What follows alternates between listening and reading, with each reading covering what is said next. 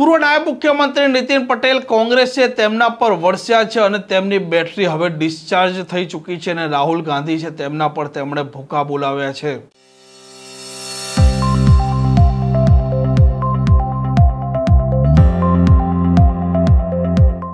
નમસ્કાર, આપ જોઈ રહ્યા છો હોટલાઇન ન્યૂઝ અને હું છું આપની સાથે તોફિક ગાંચી। ગુજરાત ભારતીય જનતા પાર્ટીનો ગઢ છે અને કોંગ્રેસના નેતાઓ ભલે અનેક વખત નિવેદન આપતા હોય છે કે ગુજરાતમાં કોંગ્રેસ જીતી રહી છે, પરંતુ જે પ્રકારે ચૂંટણીના પરિણામો આવે છે તે સ્પષ્ટ કરી દેતી હોય છે કે કોંગ્રેસ ક્યાંય રેસમાં હોતી નથી અને સ્થાનિક સ્વરાજની ચૂંટણીમાં પણ જે પ્રકારના પરિણામો આવ્યા તેણે પણ ઘણું બધું સ્પષ્ટ કર્યું અને પૂર્વ નાયબ મુખ્યમંત્રી નીતિન પટેલ જે અવારનવાર તેમના વિરોધીઓ છે તેમના ભૂકા બોલાવતા હોય છે અને આ વખતે તેમણે કોંગ્રેસને આડે હાથ લીધી છે અને ભારતીય જનતા પાર્ટીના જે ચૂંટાયેલા પ્રતિનિધિઓ છે તેમને પણ શીખ આપી છે અને મત મેળવ્યા પછી વિજય થયા પછી કાર્યકરને પણ ભૂલી નહીં જવાનો અને મતદારોને પણ નહીં ભૂલી જવાના। બધાને સતત યાદ રખાવવાનું કામ એ આપણા પક્ષ દ્વારા કરવામાં આવે છે અને પક્ષની રચના જેવી છે સંગઠનની કે તબક્કાવાર તમે ઈચ્છો કે ના ઈચ્છો તમારે એમના કામમાં જોડાવવું પડે। આ ચૂંટણી પહેલાં મને ખબર છે અહીં બેઠેલા બધા સામે બેઠેલા બધા કે એટલા બધા કાર્યક્રમ આવે છે, એટલો બધો પ્રવાસ કરવો પડે છે કે અમે તો થાકી ગયા, વારે વારે આ શું કરવાનું, બધા આવું કહેતા હતા। કોઈ બાકાત નથી અહીંયાથી, પણ એ કેમ કે કાર્યકરને સક્રિય રાખવાનું કામ એ પક્ષની એક જવાબદારી છે। આપણે ઘેર મોટરસાઇકલ હોય, મોટર હોય, નાનો પરિવાર હોય, ઓછું ફરતા હોઈએ તો એ આપણી મોટર જો ઘર આંગણે પડી રહી હોય કે મોટરસાઇકલ ઘર આંગણે પડી રહ્યું હોય બહુ વપરાતું ના હોય તો પડી એની બેટરી ઉતરી જાય, ડિસ્ચાર્જ થઈ જાય। એટલે જરૂર ના હોય તો એ અઠવાડિયે એકવાર તો મોટરસાઇકલને કિક મારવી પડે, સ્ટાર્ટર બરાબર એને એક્સિલેટર આપવું પડે અને ધૂમ ધૂમ કરી આખા મોહલ્લામાં સોસાયટીમાં બધાને ખબર પડે કે આ પડી રહેલી મોટરસાઇકલને આ ચાર્જ કરી રહ્યા છે।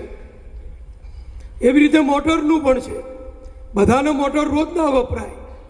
હવે તો બધાના ઘેર લગભગ 80% મધ્યમ વર્ગ પરિવારના ઘેર નાની મોટી મોટરો છે, એટલે બધા મોટર તો લાવે, પણ બહાર ના જવાનું હોય, પ્રવાસ ના કરવાનો હોય તો એ અઠવાડિયે એકવાર રવિવારે ચલો કે ભગવાનના દર્શન કરી આવીએ, માતાજીના દર્શન કરી આવીએ, એમ કરીને સહપરિવાર એ મોટર લઈને પરિવાર નીકળે, ભગવાનના માતાજીના દર્શને થાય અને પેલી પડી રહેલી મોટર હોય ને એની બેટરી ચાર્જ થઈ જાય।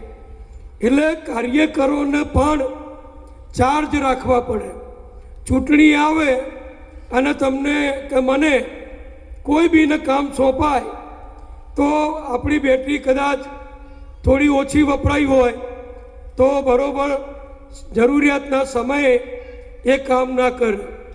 અહીંયા કોંગ્રેસની વાત કરી ગિરીશભાઈએ કે કોંગ્રેસવાળા ચૂંટણી આવે એટલે ડ્રાઉ કરતા નીકળી જાય છે, પણ કોંગ્રેસવાળા બિચારા એના ભાગમાં તમે બધાએ અને ગુજરાતની ને દેશની જનતાએ એક જ કામ રાખ્યું છે કે ડ્રાઉ કરવાનું અને ચૂંટણી જતી રહે એટલે પાછું જતું રહેવાનું, પાછી બીજી ચૂંટણી આવે એટલે બહાર આવવાનું।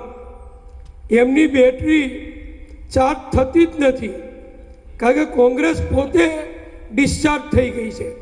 કોંગ્રેસની બેટરીમાં પેલું ડિસ્ટિલ વોટર નાખીએ ને આપણે મોટરની બેટરીમાં, એ કોઈ ડિસ્ટિલ વોટરે નથી નાખતું, નાખનાર જ નથી। પેલો રાહુલ ગાંધી એને પોતાની બેટરીમાં કોક ડિસ્ટિલ વોટર નાખે તો ચાલે છે, બાકી એ બેટરી એ ડાઉન છે। તો વળી સારી છે એની બેન કે થોડા ટાઈમે રાહુલની બેટરીમાં પાણી નાખી આવે છે કે ભાઈ ચલાવો ગાડી, નહીંતર આપણે બધા ખોવાઈ જઈશું। આ એક કોંગ્રેસની આજની હાલત છે. ભાજપ કેમ સક્રિય છે આજનો નથી, સમજી લેજો. પહેલેથી છે, જનસંઘના સમયથી. અમે નાના હતા, મને યાદ છે, આ વડીલો છે જૂના, એમને પણ યાદ હશે કે કચ્છમાં એક સત્યાગ્રહ કર્યો હતો. જનસંઘની બહુ શરૂઆત હતી એ વખતે, કોઈ જનસંઘને બહુ ઓળખતો પણ નહોતું. ઉત્તર પ્રદેશમાંથી, દિલ્હીથી નેતાઓ આવેલા. આમ નીતિન પટેલ છે તેમણે કહ્યું છે કે રાહુલ ગાંધી અને કોંગ્રેસની બેટરી છે તે હવે ડિસ્ચાર્જ થઈ ચૂકી છે અને ગુજરાતમાં કોંગ્રેસ છે તેનું ક્યાંય કોઈ પણ પ્રકારનું સ્થાન નથી અને સ્થાનિક સ્વરાજની ચૂંટણીના પરિણામોએ પણ કોંગ્રેસને જાકારો આપ્યો છે અને દેશમાં પણ હવે કોંગ્રેસ ક્યાંય નથી તેવું પણ તે નિવેદનમાં કહેતા જ હોય છે. આ પ્રકારના સમાચાર માટે હોટલાઇન ન્યૂઝ ચેનલને લાઇક, શેર અને સબસ્ક્રાઇબ કરવાનું ભૂલતા નહીં. નમસ્કાર. આવા પ્રકારના વિડીયો તમને જોવા ગમતા હોય તો હોટલાઇન ન્યૂઝ ચેનલને લાઇક, શેર અને સબસ્ક્રાઇબ કરો.